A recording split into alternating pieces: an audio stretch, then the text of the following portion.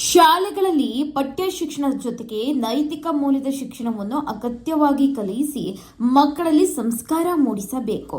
ಅನೇಕ ಸಂದರ್ಭಗಳಲ್ಲಿ ಶಿಕ್ಷಕರ ನಿರ್ಲಕ್ಷ್ಯದಿಂದ ಮಕ್ಕಳು ಕೆಟ್ಟ ದಾರಿ ಹಿಡಿಯುತ್ತಾರೆ. ಶಿಕ್ಷಕರು, ಪೋಷಕರು ಮಕ್ಕಳ ಬಗ್ಗೆ ಎಚ್ಚರಿಕೆ ವಹಿಸಬೇಕು ಎಂದು ಸಿವಿಲ್ ನ್ಯಾಯಾಧೀಶರು ಆದ ಜಿಲ್ಲಾ ಕಾನೂನು ಸೇವಾ ಪ್ರಾಧಿಕಾರದ ಸದಸ್ಯ ಕಾರ್ಯದರ್ಶಿ ನೂರ್ನಿಸಾ ಹೇಳಿದರು. ಮಾನವ ಹಕ್ಕುಗಳ ಜಾಗೃತಿ ದಳ ಹಾಗೂ ನಗರದ ಶಿರಾ ಗೇಟ್ನ ಕೆಎಸ್ಇಎಫ್ ಕಾಲೇಜಿನಿಂದ ಬುಧವಾರ ಕಾಲೇಜಿನಲ್ಲಿ ನಡೆದ ಕಾನೂನು ಅರಿವು ಕಾರ್ಯಕ್ರಮ ಉದ್ಘಾಟಿಸಿ ಮಾತನಾಡಿದ ಅವರು, ಮಾನವ ಹಕ್ಕುಗಳ ಬಗ್ಗೆ ವಿದ್ಯಾರ್ಥಿಗಳಲ್ಲಿ ಅರಿವು ಮೂಡಿಸಬೇಕು.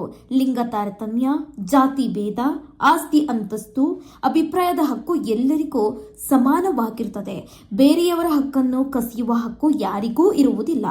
ಮಾನವ ಹಕ್ಕು ಉಲ್ಲಂಘನೆಯಾದಾಗ ಅದಕ್ಕೆ ಕಾನೂನು ಅನ್ವಯ ಕ್ರಮ ತೆಗೆದುಕೊಳ್ಳಬಹುದು ಎಂದರು. ಶಿಕ್ಷಣ ಪಡೆದವರು ಸಮಾಜಕ್ಕೆ ಮಾದರಿಯಾಗಿ ಬಾಳ್ಬೇಕು. ಆದ್ರೆ ಅಂತಹವರಿಂದಲೇ ಮಾನವ ಹಕ್ಕುಗಳ ಉಲ್ಲಂಘನೆ ಹೆಚ್ಚಾಗ್ತಾ ಇದೆ. ಕೌಟುಂಬಿಕ ವ್ಯಾಜ್ಯ ಇನ್ನಿತರ ಪ್ರಕರಣಗಳು ಶಿಕ್ಷಕರಿಂದಲೇ ಜಾಸ್ತಿ.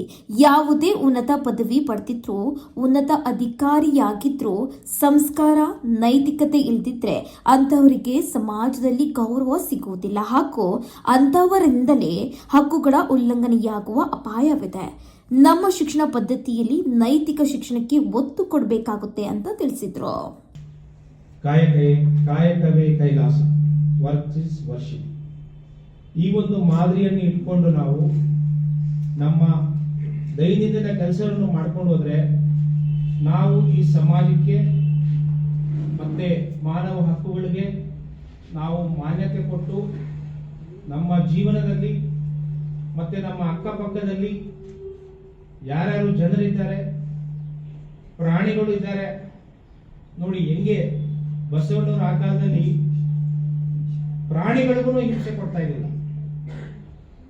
ಮನುಷ್ಯರ ಹಕ್ಕುಗಳು ಬಿಡಿ, ಪ್ರಾಣಿ ಮೊದಲು ಮಕ್ಕಳಿಗೆ ಮೌಲ್ಯಯುತವಾದಂತ ಶಿಕ್ಷಣ ಕೊಡುವುದರ ಮುಂಚೆ ಈ ಒಂದು ಮೌಲ್ಯಯುತವಾದಂತ ಜೀವನ ಶೈಲಿ, ಮೌಲ್ಯಯುತವಾದಂತ ವ್ಯಕ್ತಿತ್ವವನ್ನು ಅಳವಡಿಸಬೇಕು. ಇವತ್ತು ಹೇಳಲಿಕ್ಕೆ ನೋವಾಗುತ್ತೆ, ನಾವು ಶಿಕ್ಷಕರ ಒಂದು ಅಮೂಲ್ಯ ಹಕ್ಕನ್ನು ಕಸಿದುಕೊಂಡಿದ್ದೇವೆ. ಮಕ್ಕಳಿಗೆ ದಂಡಿಸುವ ಅಧಿಕಾರ ಇಲ್ಲ. ಸಣ್ಣ ಪುಟ್ಟ ವಿಚಾರಕ್ಕೆ ಏನಾದ್ರೂ ಸ್ವಲ್ಪ ಜೋರಾಗಿ ಮಾತಾಡಿದ್ರು ಮಾರನೇ ದಿನ ನಾವು ಪೋಷಕರಾದವರು ಹೋಗಿ ಟೀಚರ್ಸ್ ಗಳಿಗೆ ಗದರಿಸುವಂತ ಪರಿಸ್ಥಿತಿ ಇದೆ. ಅದರ ಪರಿಣಾಮ ಡಬಲ್ ಡಿಗ್ರಿ ಎಲ್ಲ ಪಡ್ಕೊಳ್ತಾ ಇದ್ದಾರೆ. ಅದೆಲ್ಲ ಒಂದ್ ಕಡೆ ಮೌಲ್ಯರಹಿತವಾಗ್ತಾ ಇದೆ ಅಂತ ನನಗೆ ಅನಿಸ್ತಾ ಇದೆ.